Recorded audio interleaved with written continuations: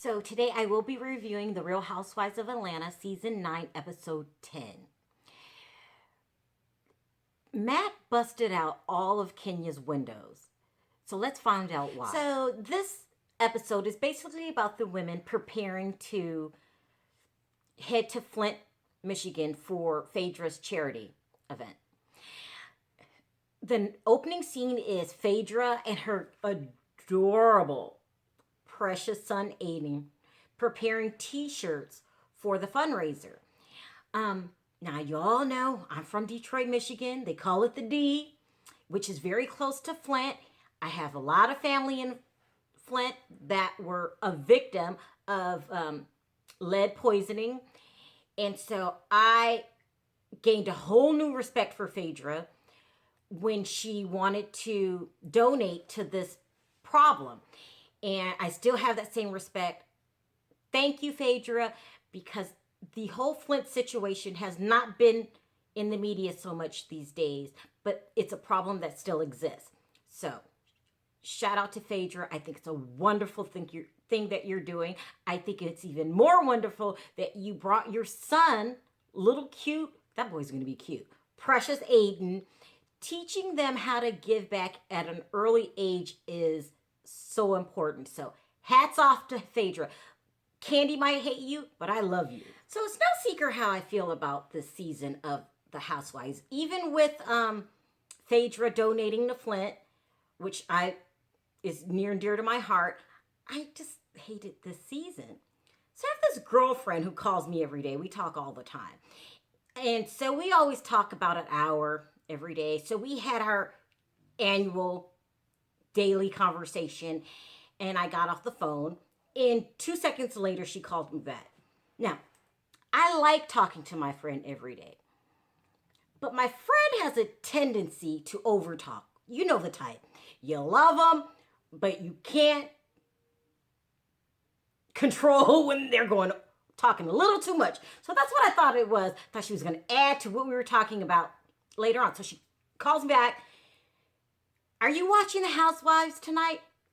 You know I'm not watching The Housewives tonight. We already went over this. Why you keep calling me about this? She said, go ahead and tune in. I think you're going to enjoy it. I said, no, I made up my mind.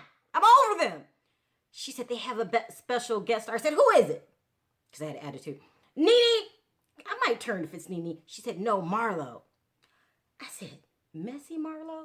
She said, Messy Marlo. I said, oh, besides Nene, who else can get me to turn back to this show?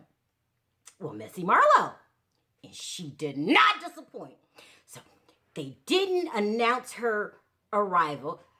It's supposed to be Sharrell talking to her designer, and her designer sends in Messy Marlo. When I saw her coming through the door, I almost cried because I thought, finally, drama has arrived, okay? Because Marlo is seriously bonkers. There's a nice side to Marlo. First of all, have you ever seen a better dressed schizophrenic? Like, she has style. Her house is designed beautifully. She's always dressed to the nine, but loonier than a fruitcake. I just don't understand why she never was made a permanent cast member. Andy, what you doing? You got messiness right in front of you. I will reconsider, but I'm just glad you brought it back.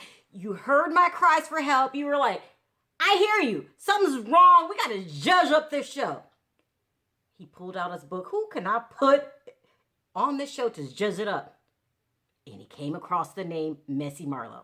And they don't announce it. They just have her walk in. And what's one of the first things she does when she's seen Sharrell? Well, gets shit started, of course. It's time for the messy formula to begin. So she goes in on equally crazy Kenya. Now, if I had to choose between what crazy person would I want to be my friend? Crazy Marlo, schizophrenic Kenya. I can't decide. I cannot decide. So I'm glad she's back and spilling the tea on Kenya, which is basically she got dumped as Kenya's friend for Nene. Kenya had to pick a side, and she picked a side. And no matter what happened, you were going to have somebody mad at you, Kenya, because if you pick Nene's side, Marlo's going to start throwing shade. If you pick Marlo's side, Nene's going to throw shade. Well, Nene has the most money, so I probably would have went with Nene. And this is going to be great television. I can't wait. You did the right thing, Kenya, but now you got to pay the consequence. And I will be there to watch every minute. Moving on. Next we have Cynthia and her beautiful daughter. I love her, little Noelle. She's so pretty. And Noelle packing to move from the old house to the new house. Now, I understand that it's sentimental, especially with you going through a divorce. So, and it was expedited. You say your house sold in 4 days. So no matter what happened, it was going to be a sad moment for you. But it made it even sadder is that you have nowhere to go. But hang in there. It's all going to work itself out. Moving is always stressful. There's always problems when you move. So once you get settled, Cynthia, you will be back into a normal routine. In the meantime, I feel bad you don't have anywhere to go for until everything gets worked out while your house is in escrow. But that does not mean y'all can all move in on Candy. Now, since the new arrival of Messy Marlo, this has shifted my opinion on Candy back into responsible, normal Candy. Because when the other lunatics are not around, Candy seems to be headed in a Mama Joyce direction. But when the other lunatics are around, Marlo or Nene, then Candy is back to being responsible. Almost too responsible. Candy, do not let Kenya and Cynthia move in on you. That's too much. Look, both of these, first of all, Kenya, you got your own house. What? If you don't want Matt over there busting in the windows, which he seems to be doing, then call the cops. You cannot move in on Candy. Both of you, Cynthia, Kenya, get back to Kenya's house. You cannot move in on Candy and her family. I don't care how big her house is. This is not a free-for-all. You keep the drama over there. Candy, don't you let them move in on you.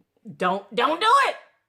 It'll be a sheer disaster. And I don't know what's going to happen if you let them move in and Kenya brings her drama and then Mama Joyce is going to be forced to say something. And I am very comfortable at this point with not seeing Mama Joyce.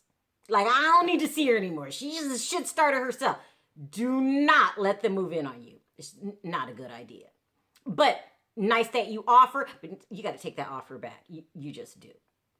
Moving on. So for the last couple of episodes, Cynthia had this really horrible rat's nest wig, curly wig that went out to here that I absolutely hated. It made me lose my concentration. I couldn't think when she had the thing on. I begged her, please throw that wig away. It was god awful. And she usually doesn't repeat too many bad wigs, but this was a repeat performance and it just brought me to my knees. I was like, please don't do it. So she must have heard my cries because she had this beautiful wig or weave, whatever it was on. It was a beautiful light brown. It was curly. She just looked so beautiful in the wig. And I thought I would be happy because, she was really hurting my eyes. I had no idea that right after she corrected her unusual crazy behavior, that Portia would pick up the tab. When Portia came to the pop-up meeting in that Donald Trump toupee, I was so disappointed. Like, Portia, your hair is usually on fleek. What's up with the Donald Trump toupee? Like, now I gotta go from Cynthia to my girl who I love, Portia. Portia, throw away the Donald Trump toupee.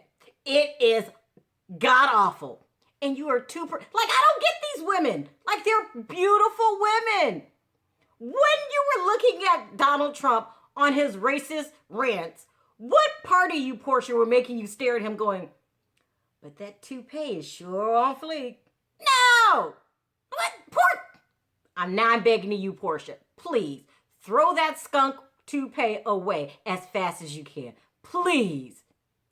Thank you. Moving on. This whole Matt and Kenya situation is getting worse and worse and worse.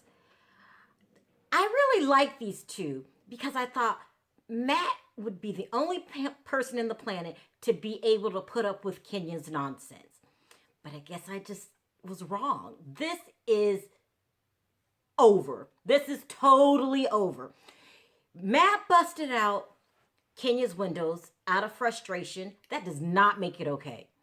Like, if we can't talk about this and you're going to mess up my house, what I paid for out of my pocket, it's over. This relationship is over. When it was good, it was good.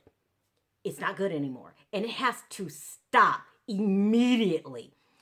I'm sorry, Kenya, that for whatever reason, this just didn't work out. You have that problem. I don't know what's going on. I don't know what's going on behind the scenes. I know in the beginning he wasn't violent and crazy and unreasonable. I don't know if you drove him to it or this is the true Matt and it's just coming out now. I don't know what happened. I don't care what happened. This just needs to end. You should have filed a police report. Why wouldn't you file a police report? That stops this nonsense. It's over. Someone needs to tell you, file the police report, change your number, and move on. I don't think you'll be moving on to another man because you seem to have man issues, which is insane because when I first saw you, before you opened your mouth, you were beautiful. But when you start opening your mouth, I remember when you won Miss USA or Miss Universe, whatever it was, and I thought, oh, she's so pretty. I remember you in the Jay-Z video. Those were all still shots with your mouth closed. The minute I saw the real Kenya, you were not pretty anymore. You've got to take your dad's advice and go to some kind of counseling. Something's wrong. I don't know what it is. I'm not a psychiatrist, but I know that you and Matt need to be history today. Moving on. So when all the women had an issue with the 50% donations at the pop-up, I really thought that this charity event might not take place. So I was really glad when all of the women took a step back and realized what it was for. And that's for Flint. So I'm really glad that that didn't derail the project. But the best part of the project was not the event itself. It was Marlo. Marlo's presence at the event was the highlight of the show. Now, if I were you, Sharrell, I would be getting really threatened by now by Marlo because she is coming for your title. You used to have the title of the best catchphrases. You know, who gonna check me, boo? All of those. That's why you were selling the t-shirts. But Marlo is giving you a run for your money. And I would be real threatened by now. You gotta go ahead, Sharrell, and strategize winning back your title before she takes it. Because when she called Kenya a Nene Jr., that's t-shirt worthy. That is t-shirt worthy. And so she's coming for your title, Sharrell. You cannot let that happen. You must remain the best catchphrase person on the show. Because hell to the no, no. That's classic. But she's coming for your title. Don't let her take it. Now, Marlo, you ripped Kenya a new one. A crazy new one. Like, you were just on a rampage. Girl tried to apologize. You told her it's too late. She was like, I'm sorry. I don't care. I don't care. And I don't think you was doing it to stay on the show. I think this is your personality. You're not an RTB, a reality TV bitch. I think that when you don't do things for the camera. When you're really offended, you can't control yourself. Anything could just start falling out your mouth. And that's what happened here. You were on a crazy rant. And I loved it. I grabbed a cleaner. I was like, you're what I've been missing in the show. Thank you, Marlo. I hope every time you see Kenya, you get madder and madder. We're going to get more catchphrases. We're going to have more uncontrollable rants. Thank you, Andy Cohen. Finally, a Housewives of Atlanta is back to what I'm used to. So, you know what that means? I will be tuning in next week. Talk to you then. In the meantime, have a good one. Bye.